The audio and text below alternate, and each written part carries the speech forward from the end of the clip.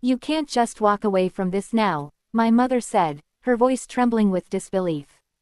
You were thrilled when Maya told us she was pregnant. You read every parenting book, built the crib, painted the nursery pink and yellow with those cute little animals. Every week you brought home a new toy. So what's this sudden change of heart? I looked at her, weighed down by the truth. I had an epiphany. Mom, I said quietly. I'm not the father. Tony, my sister, not by blood but by the years we'd shared, stared at me, stunned. Her eyes welled up with tears. Mom stepped in, trying to smooth things over. Let's get the car seat settled, she said gently, lifting it into her arms. I'm going to stay with Maya and the baby for a few days.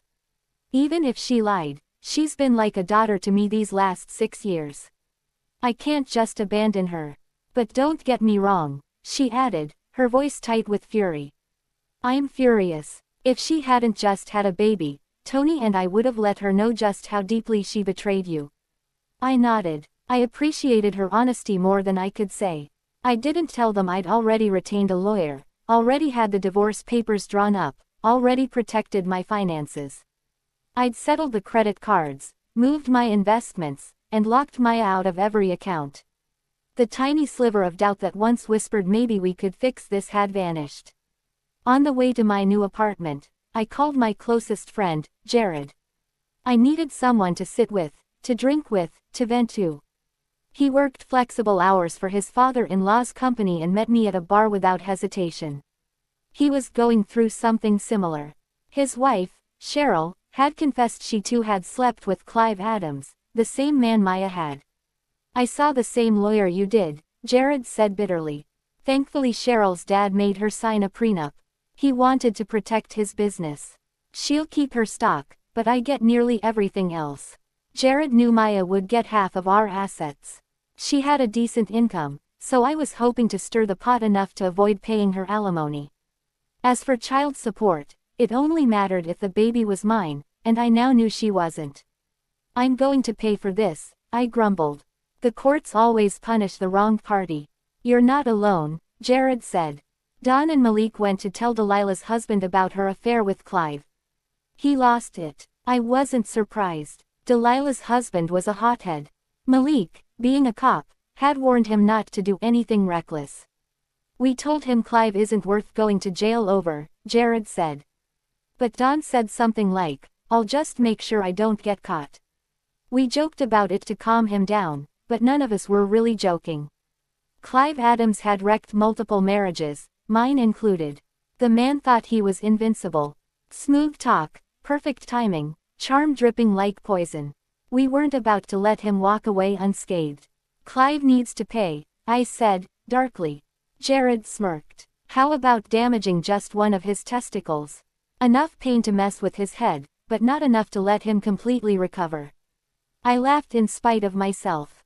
Gallows humor, maybe, but it helped. 2 days later, I went back to the house Maya and I used to share. Tony answered the door. You didn't waste time, did you? She asked coldly. Maya got the papers this morning, I said. I had to. She's been crying ever since. Tony looked torn. Do you think counseling might help? Rebuilding. I shook my head and handed her the paternity results. She's not mine, I said simply. Tears welled in Tony's eyes as the last of her hopes crumbled. She turned silently to give Maya the envelope. I'd already told Mom. She was devastated. She had dreamed of being a grandmother. The whole town was buzzing now. Clive Adams' name was everywhere. His charm offensive had turned into public scandal. Angry husbands were demanding paternity tests. More kids popped up. Clive was a serial predator of the worst kind, one who wore nice clothes and spoke sweet words. Eventually, we learned that Clive had stupidly bought a house, real estate, and even invested in art. He didn't run. He should have. He paid the price. A few days later, Clive was found collapsed on the sidewalk during his morning jog. Bound, beaten. His groin had been smashed with a 3lb sledgehammer. I got the details from Malik, who had heard it from his buddies in law enforcement.